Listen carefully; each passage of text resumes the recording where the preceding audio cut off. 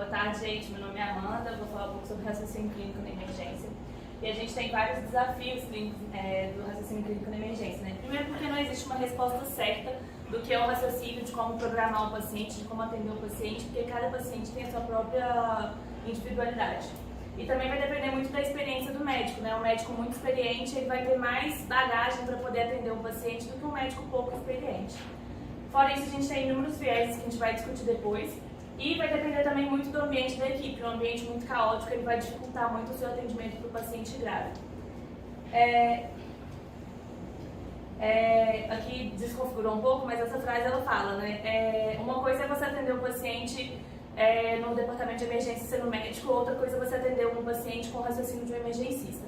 Então isso é muito importante pra gente, é muito legal a gente conversar sobre o paciente grave, porque ninguém ensinou a gente a ser emergencista. Todo mundo ensinou a gente a ser clínico, todo mundo ensinou a gente como raciocinar em cima de um paciente clínico, mas ninguém ensinou a gente a atender um paciente grave. Então a gente aprender a lidar com um paciente grave é importante para a gente ser um emergencista melhor. E aí existe uma grande diferença entre o paciente grave, o paciente potencialmente grave, o paciente de porta e o paciente de sala de emergência.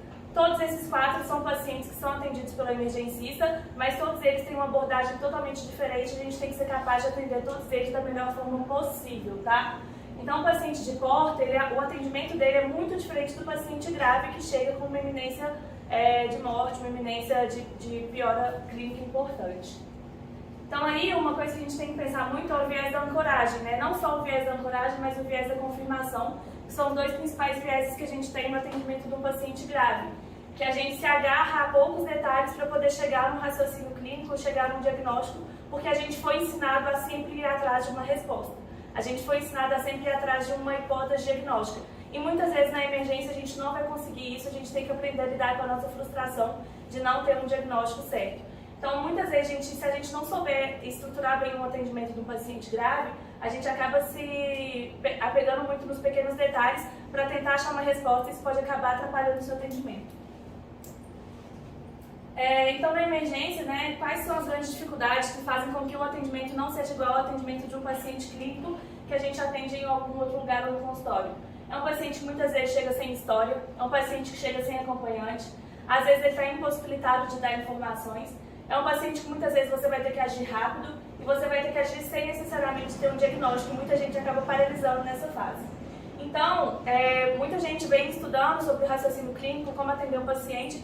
Não existe uma resposta certa, mas eles conseguiram chegar no modelo principal de como que a gente atende o paciente, né? Que a gente consegue unir os nossos dois principais raciocínios, que é o raciocínio o método não analítico e o método analítico. A gente está muito acostumado com esse método analítico aqui, que é o modelo hipotético dedutivo, que a gente foi ensinado na faculdade sobre ele. Mas o emergencista ele tem que aprender a lidar um pouco com o método não analítico, que a gente vai discutir ele agora um pouquinho. Então aqui, isso aqui eu tirei da Revista Internacional de Jornal Internacional de Medicina de Emergência, um modelo que eles criaram para atendimento do paciente grave, tá? Eles fizeram um ABCDEFGH do paciente grave, para a gente não se perder na hora de atender esse tipo de paciente.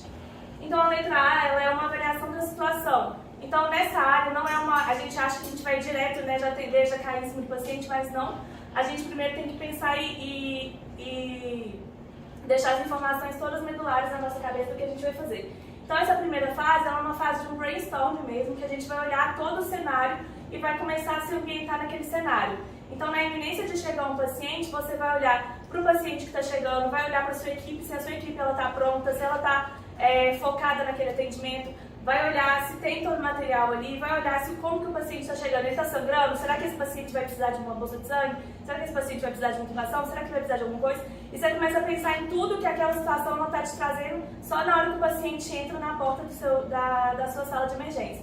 Então é uma situação que você avalia tudo, vai avaliar equipe, vai avaliar desfecho, vai avaliar cenário, e na hora que você colocar tudo isso na sua cabeça, automaticamente você começa a estruturar um pouco daquilo dali em como vai ser todas as outras etapas que você vai agir a partir daí. E é nisso que quanto mais experiência você tiver, melhor para você, porque você vai ter muito mais bagagem para esse momento. E aí depois que você fez todo esse brainstorm, você vai para a letra B, que é a área que você vai inicialmente atuar. Então chegou um paciente que ele precisa de uma abordagem inicial aguda, um paciente que precisa de alguma coisa porque está em risco iminente de morte, ou um potencial, você já vai agir. Então é a hora que você intuba, é a hora que você começa o atendimento de uma SCP, é a hora que você já pede uma bolsa de sangue, então é a hora que você vai fazer todas as medidas que você pode para poder tirar aquele paciente da urgência, tirar aquele paciente do risco de morte. Então nessa hora você não olha o diagnóstico, você vai olhar tudo que você pode fazer independente do paciente. Então muitas vezes as pessoas vão olhar e falam assim, não acredito que você fez isso, mas eu salvei a vida dele e é isso que importa. Depois que você fez isso, é a parte do controle de danos. Então, você vai repassar tudo o que aconteceu até agora e você vai prever os próximos passos. Então, por exemplo, se atender um paciente séptico, já passou todas as partes dali agora do primeiro atendimento, daquela golden hour e tudo, mas agora você precisa pensar em o que você vai fazer para ele não piorar. Então, vai pensar na hidratação, vai pensar na hipotensão, vai olhar os exames, vai ver como é que ele está, vai ver se o antibiótico está bom. Então, é um possível controle de danos que você vai fazer para melhorar o prognóstico desse paciente para depois. E aqui, em alguns casos, dependendo de como o paciente chega, você já consegue formular algumas hipóteses, porque tem algumas coisas que já são muito óbvias nesse momento. Passou essa parte do controle de danos, aí a gente vai voltar para a hora que a gente volta a ser clínico, que é a parte do modelo analítico hipotético dedutivo. Vai formular as hipóteses, vai excluir o pior cenário, vai testar suas hipóteses. Depois disso, que você já tem um diagnóstico ou uma hipótese diagnóstica, é a hora que você vai realmente começar a tratar para aquilo dali especificamente. Essa outra parte é a hora que você dá um segmento para o seu paciente. Já passou da hora dele ficar na sala de emergência, não precisa dele mais aqui, para onde que ele vai? UTI, enfermaria, vai de alta.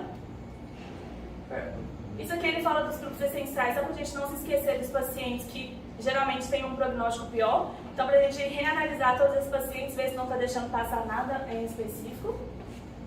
E aqui, para mim, é a parte mais importante, que é a dos highlights do feedback, que é a hora que você vai criar bagagem para a sua letra A, se ela ser mais eficiente no próximo paciente. Que você vai com a sua equipe, vai fazer um feedback com ele sobre o atendimento, vai recapitular todos os passos, vai coletar as impressões dele sobre o trabalho, o que poderia ser feito diferente, e principalmente para você, que é a hora que você vai estudar esse caso, vai estudar diagnósticos diferenciais, vai pensar no que poderia ter sido feito diferente, você vai criar toda a bagagem que vai fazer toda a diferença para o próximo paciente que vier. E é assim que a gente cria bagagem, é assim que a gente melhora cada vez mais o nosso atendimento da emergência. Era pra mim, obrigada aqui.